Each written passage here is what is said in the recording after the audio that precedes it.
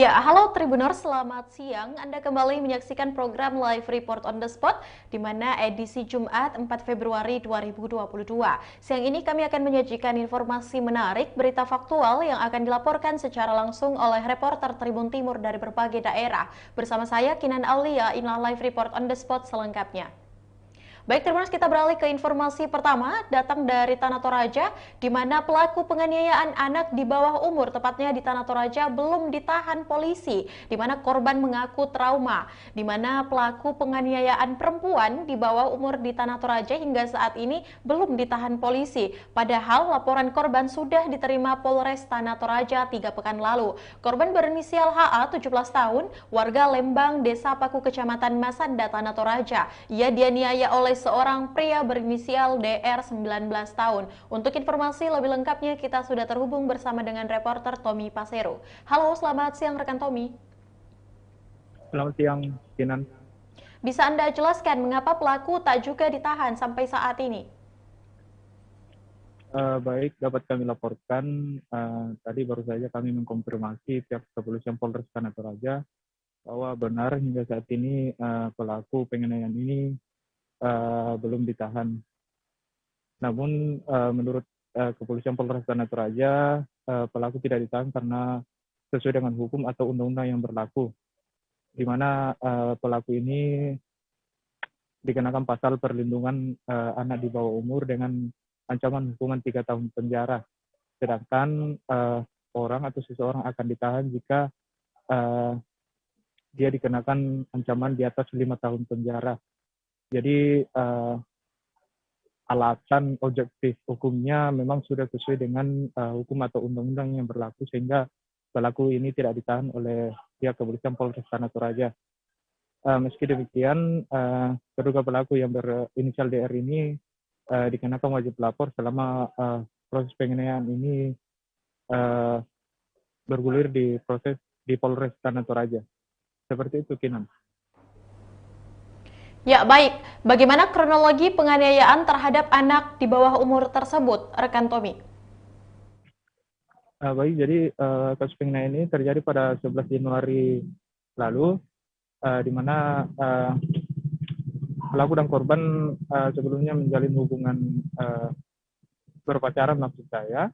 Namun korban yang berinisial HA memutuskan hubungan tersebut karena korban atau pelaku maksud saya tidak terima, mereka pun terlibat cekcok. Jadi penganiayaan terjadi 2 kali di sekitaran Terminal Makale, kemudian di kamar kos korban yang berlokasi di Medan Ringkas, Kecamatan Makale. Jadi penganiayaan ini dilakukan sebenarnya 2 kali. Pertama, pelaku mendorong korban, kemudian melakukan pemukulan yang lokasinya di kos atau kamar kos korban. Kinan. Ya, baik. Bagaimana perkembangan kasusnya, rekan Tommy, dan bagaimana kondisi korban sampai saat ini? Baik, jadi seperti yang saya katakan tadi, meski tidak ditahan, kasus penganiayaan ini tetap berjalan, tetap ditangani oleh Polres Tanah Toraja. Kemarin Kamis,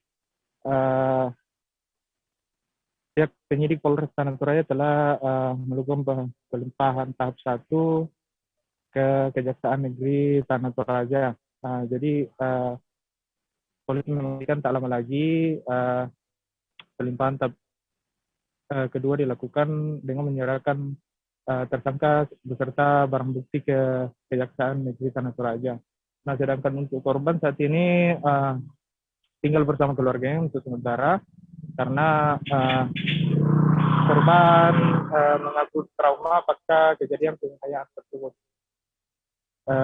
Terhadap korban, unit PPA Polres Tanah Toraja juga terus melakukan pendampingan. Seperti itu, Kinan. Ya, baik rekan Tommy Pasero, terima kasih untuk laporan Anda. Selanjutnya, Tribuners, kita akan menyaksikan hasil wawancara langsung yang telah dihimpun oleh wartawan kami bersama dengan Paur Humas Polres Tanah Toraja, ada Aibtu Erwin. Berikut liputannya untuk Anda. Kasus penganiayaan terhadap anak di bawah umur, saat ini pihak penyidik PPA kami itu kemarin melimpahkan berkas perkara, yaitu tahap 1 namanya, ke kantor Kejaksaan Negeri Makalai. Itu untuk perkembangan. Kemudian Informasinya ini terduga pelaku tidak ditahan pihak kepolisian itu kenapa? ya, ini jadi pertanyaan banyak kali. Sebenarnya kalau kita mau bahas itu terlalu panjang karena Undang-Undang Perlindungan Anak itu sifatnya khusus. Ada perlakuan khusus terhadap anak. Tidak ditahan, ya bukan tidak bisa ditahan, tapi tidak ditahan karena pada pasal pengenaan pasal terhadap tersangka itu dikenakan pasal 80 ayat 1 Undang-Undang Nomor 17 Tahun 2016 tentang kekerasan terhadap anak dengan ancaman pidana 3 tahun 6 bulan. Ya. Kemudian tidak bisa ditahan seseorang jika ancaman pidananya di bawah 5 tahun. Namun pun demikian, kasus tetap kita laksanakan, kita lengkapi, kita tangani maksudnya secara profesional. Ya, kita buktikan hari kemarin kita sudah lakukan tahap 1. Sudah lakukan tahap 1, tinggal menunggu. Mudah-mudahan minggu depan sudah ada jawaban dari kejaksaan sehingga kita bisa lakukan lagi tahap 2. Tahap 2 pelimpahan tersangka dan barang bukti. Ya. Untuk korban ini kan pihak keluarga mengatakan sempat trauma. Ini bagaimana? Setahu saya, ya, setiap kasus terhadap anak di bawah umur itu ada pendampingan. Ya, ada pendampingan baik dari dinas sosial maupun dari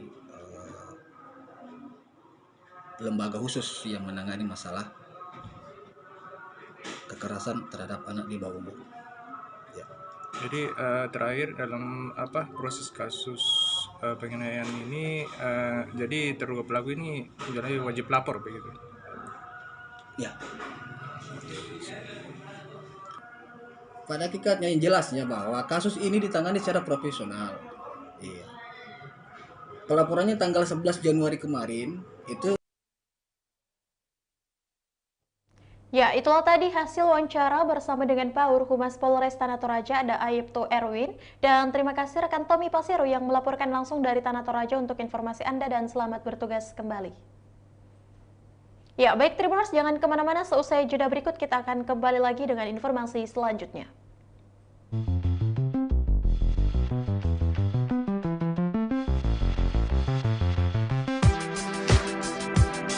Jalan-jalan ke pantai atau menaiki puncak gunung, melihat dataran indah dan membayangkan lukisan alam Tuhan yang menakjubkan akan tersaji dalam sebuah liputan menarik juga eksklusif.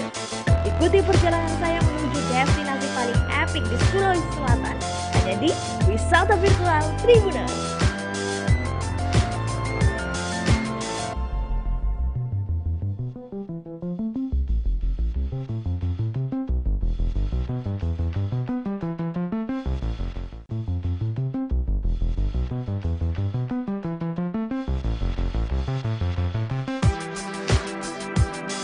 Jalan-jalan ke pantai atau menaiki puncak gunung, melihat dataran indah dan membayangkan lukisan alam Tuhan yang menakjubkan akan tersaji dalam sebuah liputan menarik juga eksklusif.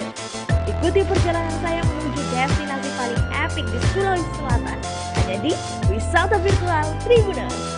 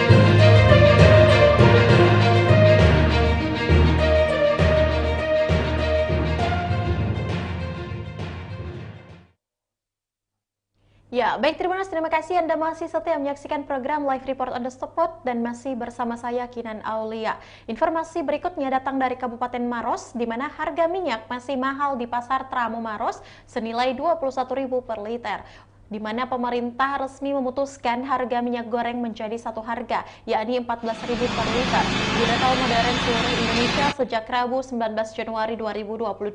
Namun setelah 2 minggu pemberlakuan aturan-aturan tersebut, satu harga tersebut minyak goreng di pasar Tramo Maros, Jalan Nasrun Amrullah, Kecamatan Turilale Maros masih belum turun. Salah satu pedagang campuran yang menurunkan harga, ada Ismail, mengatakan belum bisa menurunkan harga minyak saat ini. Hal itu dikarenakan minyak yang ia jual masih stok lama. Untuk informasi lebih lengkapnya kita sudah terhubung bersama dengan reporter Nurul Hidayah. Halo, selamat siang rekan Nurul. Selamat siang, Kinan. Bisa Anda jelaskan berapa harga minyak di pasar Tramo Maros? Baik, Tribuners, meski pemerintah Kabupaten Maros telah mengeluarkan aturan terkait minyak goreng satu harga, yakni Rp14.000 per liternya, namun hal ini tidak berlaku di di pasar Tramo Maros, di mana harga per liternya minyak goreng ini masih berkisar Rp21.000 per liternya, sementara untuk minyak curah ini masih Rp19.000 per liternya. Hanya itu untuk minyak kemasan 2 liter ini masih berkisar Rp41.000 per 2 liter, dan juga hal ini dikarenakan baik Tribuners, tak hanya itu, hal ini dikarenakan barang-barang yang dijual oleh pedagang minyak ini masih stok lama, sehingga mereka kesulitan untuk menurunkan harga, sehingga harga aturan dari pemerintah untuk menurunkan harga minyak tersebut masih sulit untuk diikuti oleh pedagang yang ada di pasar Tramo. Ya, baik, apa yang menyebabkan pedagang enggan menurunkan harga minyak, rekan Nurul? Baik, seperti yang saya katakan tadi, bahwa alasan dari pedagang ini tidak menurunkan harga minyaknya karena stok yang ada ini masih stok lama, sehingga saat mereka mengambil barang tersebut masih dengan harga lama, yakni harga kisaran Rp20.000, dan ketika mereka harus menurunkannya ke Rp14.000, itu artinya mereka harus merugi sekitar Rp7.000 untuk per liternya saja.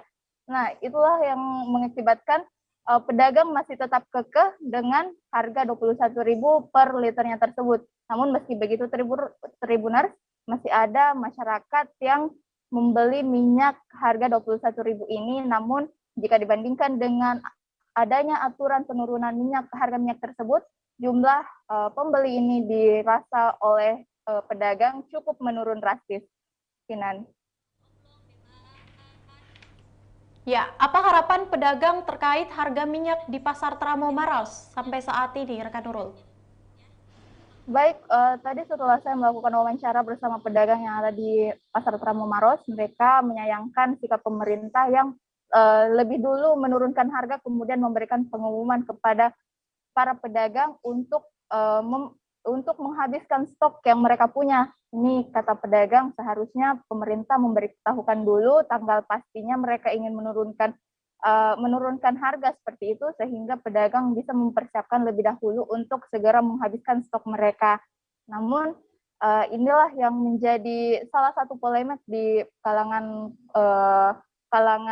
pedagang seperti itu, sehingga mereka pun berharap agar pemerintah setempat, baik pemerintah kabupaten, ini bisa turun mengecek harga langsung di pasar Tramo Maros, dan kemudian memberikan solusi seperti itu kepada pedagang. Apalagi ini kan tidak bisa langsung semerta-merta diturunkan karena mereka bisa merugi sekitar Rp7.000 untuk setiap kemasannya.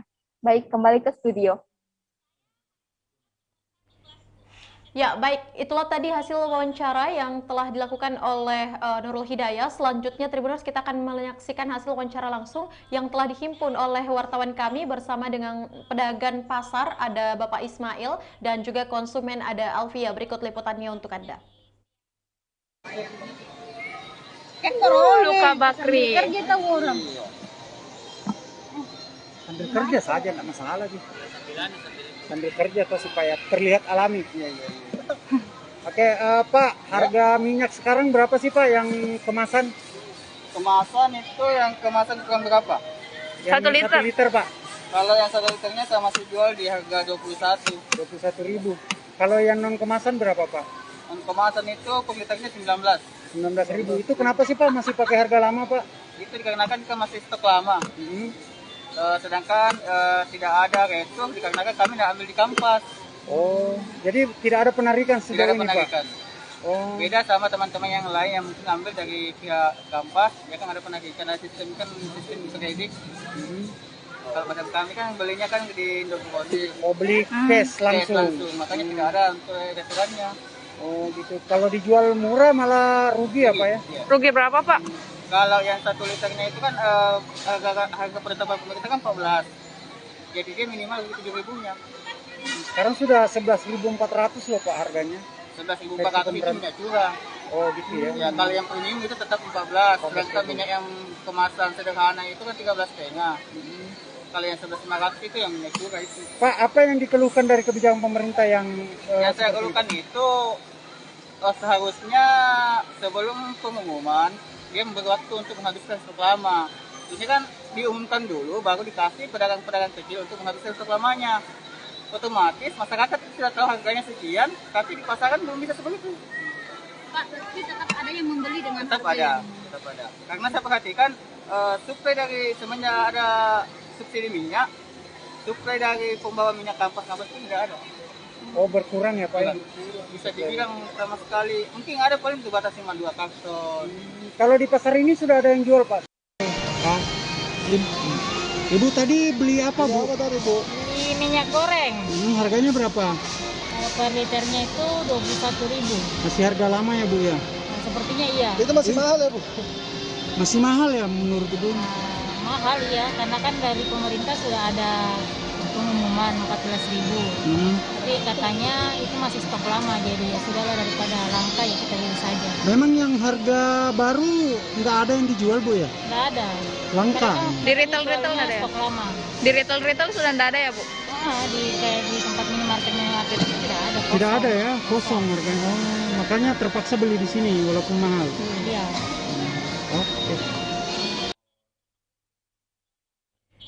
Ya, itulah tadi hasil wawancara yang dilakukan oleh wartawan kami bersama dengan pedagang pasar, ada Ismail dan juga konsumen Alfia. Dan terima kasih rekan Nurul Hidayah yang langsung melaporkan dari Kabupaten Maros untuk informasi Anda dan selamat bertugas kembali.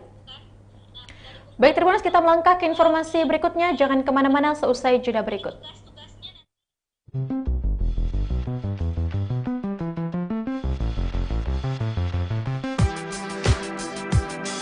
Jalan-jalan ke pantai atau menaiki puncak gunung, melihat dataran indah dan membayangkan lukisan alam Tuhan yang menakjubkan akan tersaji dalam sebuah liputan menarik juga eksklusif. Ikuti perjalanan saya menuju destinasi paling epik di Sulawesi Selatan, hanya di Wisata Virtual Tribuners.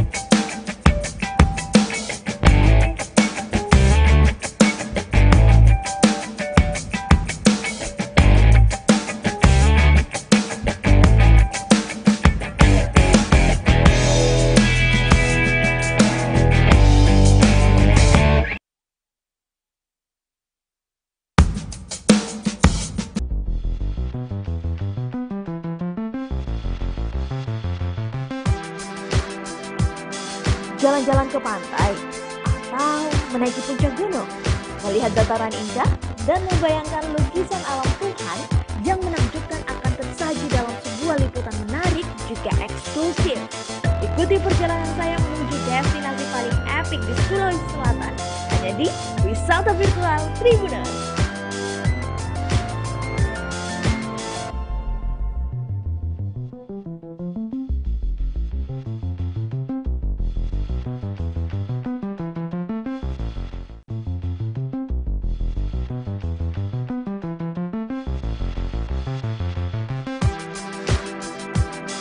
Jalan-jalan ke pantai, atau menaiki puncak gunung, melihat dataran indah, dan membayangkan lukisan alam Tuhan yang menakjubkan akan tersaji dalam sebuah liputan menarik juga eksklusif.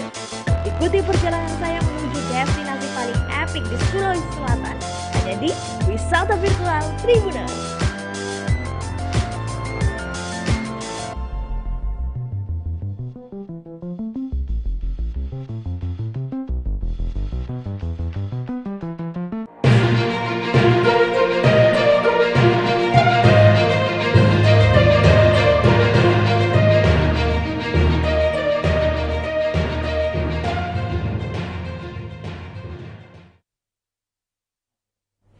Ya, baik Tribuners, terima kasih Anda masih setia menyaksikan program Live Report on the Spot setiap harinya. Untuk itu, informasi berikutnya datang dari Kota Makassar, di mana Pemkot Makassar launching roadshow vaksinasi anak, di mana launching roadshow vaksinasi COVID-19 usia anak 6-11 tahun, kerjasama Polda Sulawesi Selatan dan pemerintah Kota Makassar digelar pada Kamis 3 di 2 SD, Kristen Hati Kudus dan SD Santo Yosef, tepatnya di Jalan Arif Rate, sekitar 600 murid SD mulai 1 hingga kelas 6 juga di 2 sekolah tersebut mengikuti vaksinasi, di mana vaksinasi ini melakukan di tahap pertama. Untuk informasi lebih lengkapnya kita sudah terhubung bersama dengan reporter Siti Amina. Halo, selamat siang rekan Ami. Baik, selamat siang rekan Kinan. Bisa Anda jelaskan di mana saja vaksinasi ini dilangsungkan? Baik, dapat saya sampaikan bahwa pemerintah Kota Makassar bersama dengan TNI Polri telah melaunching roadshow vaksinasi anak usia sekolah dasar yakni 6-11 tahun pada Kamis kemarin 3 Februari 2022 bertempat di SD Kristen Hati Kudus dan SD Santo Yosef Jalan Arif Rate. Jadi untuk sementara sasaran di 2 sekolah tersebut yakni 600 peserta didik, dan pada saat launching tersebut sekaligus 10 sasaran sekolah lainnya juga telah dilakukan sebagai sasaran roadshow. Tapi bukan hanya 10 sekolah tersebut yang melaksanakan vaksinasi anak, secara serentak di Kota Makassar telah berlangsung pada Januari lalu untuk program vaksinasi anak sekolah usia 6-11 tahun ini. Dan launching roadshow vaksinasi ini sebenarnya untuk menambah semangat dan partisipasi peserta didik agar bisa ikut ataupun berpartisipasi dalam program pemerintah, yakni menggalakkan vaksinasi anak usia 6-11 tahun. Seperti yang kita ketahui bahwa vaksinasi anak memang baru diterapkan oleh pemerintah pada tahun 2022 ini, yakni pada Januari. Dan kalau kita lihat memang masih ada kesulitan-kesulitan dan kendala yang dialami oleh para petugas vaksinasi, di mana biasanya anak takut untuk disuntik ya, sehingga itu sedikit menyulitkan atau menjadi kendala para vaksinator untuk menyuntik vaksin kepada peserta didik. Jadi untuk proses vaksinasi anak ini memang harus dibutuhkan pendampingan dari orang tua masing-masing agar mereka bisa luluh dan mau dibujuk untuk disuntik atau divaksin. Jadi memang harus ada pendampingan orang tua dalam proses vaksinasi ini, dan juga pihak vaksinator maupun pihak sekolah harus lihai dalam membujuk para peserta didik karena banyak yang merasa ketakutan untuk divaksin. Baik, Kinan. Ya, baik rekan Ami. Selanjutnya, berapa target vaksinasi anak usia sekolah yang ditarget oleh pemerintah Kota Makassar? Baik, untuk sementara pemerintah Kota Makassar menarget 13.200 siswa untuk menjadi sasaran vaksinasi ini, dan semua pasti dilakukan di sekolah-sekolah tentunya untuk proses vaksinasi ini. Sejauh ini sudah ada 34.015 orang atau anak didik yang sudah divaksin. Data per 3 Februari oleh Dinas Pendidikan Kota Makassar. Dan rencananya Februari ini Pemkot Makassar menargetkan 90% ya anak yang sudah bisa divaksin dari target 13.200 siswa, dan tentunya upaya untuk membujuk anak sejauh ini sudah dilakukan oleh Pemkot dan juga sudah mendatangkan orang tua dan mengedukasi mereka terkait bagaimana manfaat dari vaksinasi ini tentunya, yakni untuk melakukan penanganan atau mencegah diri dari penyebaran virus corona. Baik, Kinan. Ya, apa syarat-syarat yang harus dipenuhi agar anak bisa divaksin, rekan Ami? Baik, untuk saya sampaikan sementara ini vaksin yang digunakan atau diberikan kepada anak peserta didik usia 6 sampai 11 tahun yakni vaksin jenis Sinovac ya. Jadi sebenarnya bukan hanya anak yang sehat saja yang bisa divaksin, maksud saya yang tidak punya penyakit yang bisa divaksin, tapi juga anak yang punya penyakit komorbid ataupun bahkan anak-anak yang sudah menjadi penyintas COVID. Tapi bagi mereka yang punya komorbid tentu harus diperhatikan kondisi kesehatannya dulu ya, harus stabil. Jadi pada saat mereka sakit atau mengalami gejala penyakit komorbidnya itu tidak boleh divaksinasi. Jadi harus memang memperhatikan kondisi kesehatan anak tersebut, jangan sampai terjadi hal-hal yang tidak diinginkan. Dan ya seperti yang saya katakan tadi, kondisi anak harus dalam keadaan normal dan baik. Ada beberapa yang dilarang ya, yang sebaiknya tidak dilakukan dulu jika anak dalam kondisi pertama yakni defisiensi imun primer atau penyakit autoimun yang tidak terkontrol, kemudian penyakit sindrom Guillain-Barré, mellitus transversa akut, dan ada anak kanker yang sebaiknya tidak divaksin dulu, kemudian atau sedang mendapatkan pengobatan imunosupresan atau sitostatika berat, atau anak sedang mengalami demam 37,5 derajat Celcius. Jadi anak yang mengalami demam itu tidak boleh divaksin dulu sampai mereka sembuh. Jadi memang ada beberapa ya yang harus diperhatikan. Makanya dalam proses vaksinasi ada namanya tracing. Jadi di tracing dulu anak-anak yang akan mengikuti vaksinasi. Jika mereka memungkinkan atau artinya bisa melakukan vaksinasi, mereka akan ditangani oleh vaksinator. Baik, Kinan. Ya, baik rekan Ami, terima kasih untuk informasi Anda. Selanjutnya, Tribuners, kita akan menyaksikan hasil wawancara langsung yang telah dihimpun oleh wartawan kami bersama dengan Wali Kota Makassar, ada Bapak Muhammad Ramdan Pomanto. Berikut liputannya untuk Anda. Program nasional dan memang menjadi bagian daripada perlindungan anak-anak kita, karena PTM di Makassar 100%, maka atas bantuan TNI dan Polri terkhusus Kapolda, kami mendapat bantuan vaksinator, kami mendapat bantuan motivasi, kemudian terus menyemangati kami untuk vaksin anak-anak secara terpisah.